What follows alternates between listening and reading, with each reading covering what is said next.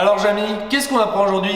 Eh ben non, on n'est pas dans C'est pas sorcier, on est avec Dr Squat, c'est-à-dire moi-même, et on est sur la chaîne de PowerCamp. Et aujourd'hui, qu'est-ce qu'on va voir? On va voir le système nerveux. Et avoir du nerveux, c'est avoir du jus. Une semaine avant mon max, je prépare mon jus, je me repose, j'essaie d'être efficace, de bien manger. Et le jour où je fais mon max, je m'échauffe bien, le jus est prêt et rempli à ras-bord.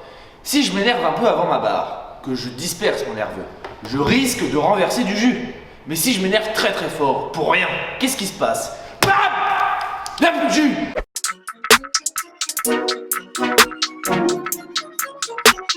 Si on rentre un peu plus dans les détails, la vitesse de réaction d'un athlète dépend expressément du système nerveux ainsi que de la réaction du système musculaire.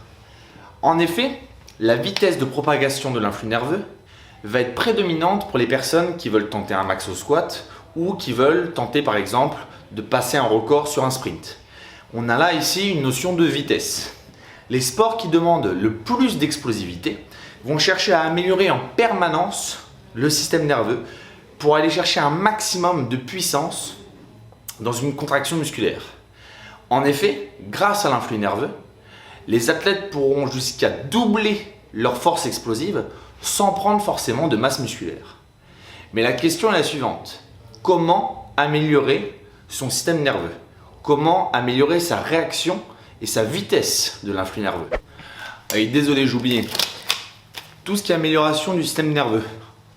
On a vu tout à l'heure qu'il était très important d'avoir un système nerveux réactif. Pour l'avoir le plus réactif possible et en tout cas bien récupéré, il faut bien dormir. Bien dormir, c'est aussi se coucher tôt, c'est pas forcément dormir jusqu'à très tard. Le nombre d'heures est important, mais il est très important de se coucher assez tôt. C'est les premières heures qui vont être les plus importantes.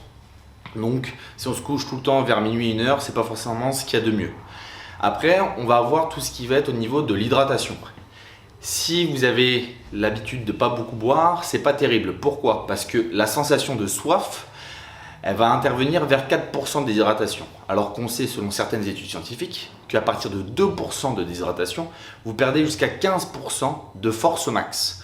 Donc lorsqu'on est sur un record, on essaye de bien boire sur toute la durée avant, pas boire 2 litres de eau juste avant le max. Après, on va avoir l'alimentation. L'alimentation, déjà de base, il faut manger de manière variée, etc. Mais il faut aussi manger beaucoup. Pour être fort, il ne faut pas être en déficit calorique. Mais manger beaucoup, mais quoi? On va avoir tout ce qui est légumes verts qui vont être importants pour la récupération du système nerveux. Tout ce qui va être gras, par exemple, venant de l'huile de coco. Tout ce qui va être beurre, oméga 3, poissons gras qui proviennent d'eau froide. On va avoir tout ce qui est aliments riches en vitamine B, par exemple viande rouge, œufs. Tout ça va conditionner en fait une meilleure qualité au niveau du passage de l'influx nerveux en termes de rapidité, puisqu'on a vu tout à l'heure, c'est ce qu'il y avait de plus important dans les sports qui demandent beaucoup d'explosivité. Au-delà de bien dormir, de bien manger, de bien boire, comment savoir si on est sur un bon jour en termes de nerveux, de rapidité nerveuse? Alors déjà, il y a la sensation à l'échauffement, mais déjà, vous pouvez faire quelques petits tests. Un petit test que je vous donne, vous pouvez l'essayer de temps en temps. Il faut le faire de manière régulière pour que ce soit quelque chose de significatif. Ça s'appelle le tape testing. Du coup, vous prenez par exemple un stylo que vous allez frapper sur un rebord de bureau pendant 10 secondes. Vous comptez le nombre de fois que vous avez réussi à le frapper contre le bureau. Et si vous comparez ce résultat-là sur plusieurs jours, vous verrez que les fois où vous arrivez à faire un plus gros score, ça va être sûrement significatif d'un meilleur influx nerveux, d'une meilleure réponse nerveuse. Vous pouvez faire la même chose si vous avez un ordinateur, par exemple, vous tapez sur la barre espace pendant 10 secondes, vous regardez combien vous avez fait d'espace. Tout ça, normalement, ça devrait vous aider à optimiser vos entraînements, à faire de meilleures barres et à avoir une meilleure récupération du système nerveux. Du coup, il existe deux types de personnalités. Les gens très très calmes comme moi et les gens très très actifs comme moi. Du coup, ce qui va être important, c'est la préparation, le conditionnement. Les personnes calmes vont devoir peut-être s'énerver un petit peu plus avant leur barre. Quand on parle d'énervement, on parle de quelque chose qui reste quand même tranquille, c'est-à-dire se mettre de la musique peut-être un peu forte, se chauffer un petit peu, se donner du courage en fait. Et puis pour les personnes qui sont un peu plus hyperactives, on va essayer de rester dans une ambiance un peu plus calme, s'isoler, éviter du bruit, éviter de se mettre du heavy metal à fond dans les oreilles, se mettre dans sa bulle en fait. Les deux préparations peuvent sembler similaires, mais l'état d'esprit ne va pas être le même du tout pour les deux personnes. L'une va essayer de se booster pour essayer de réanimer en fait un petit peu son système nerveux pour que ça soit en phase pour le max, et l'autre va essayer un peu de se gérer pour pas non plus s'épuiser avant sa barre, ne pas sauter partout parce qu'on se chie dessus, ne pas sauter partout avant de tenter son max. Du coup, à vous de choisir. Une fois que le nerveux est paré, on va parler de setup. Qu'est-ce qu'un bon setup? Un bon setup, c'est tout d'abord un setup qui est maîtrisé et qui est fait sur chacune de vos barres, qui est fait sur vos barres légères, mi-lourdes, moyen lourdes, très lourdes, très très lourdes, méga lourdes, sur toutes vos barres. Donc, on va commencer déjà par un placement de main. Je place mes mains de manière identique à chaque fois. Je place la barre en barre haute ou en barre basse, ça c'est ma décision. Je déraque lentement.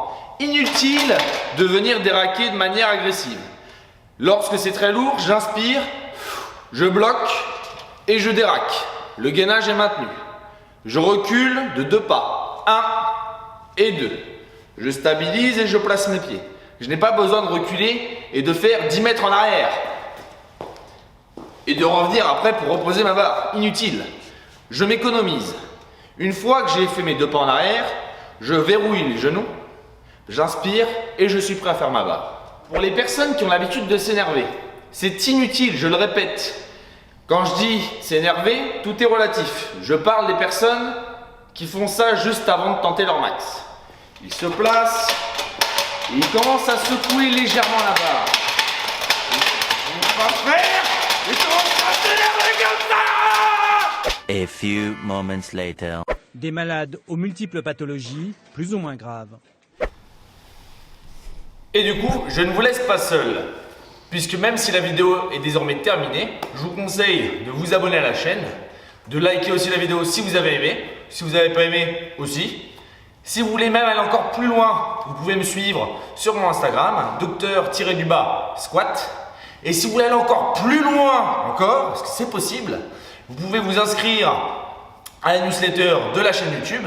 Et encore plus loin, bon là ça va quand même aller très très très loin, prendre le programme donc, qui est fait par Mes Soins, c'est-à-dire quelqu'un quand même du milieu médical, donc qui s'appelle Hybrid Strength, où vous pourrez travailler sous forme de différents cycles, vos squats, vos tirages, votre soulevé de terre, bref, tous les mouvements qui sont reliés ou rattachés à la force. Et puis en attendant, je vous laisse retourner squatter.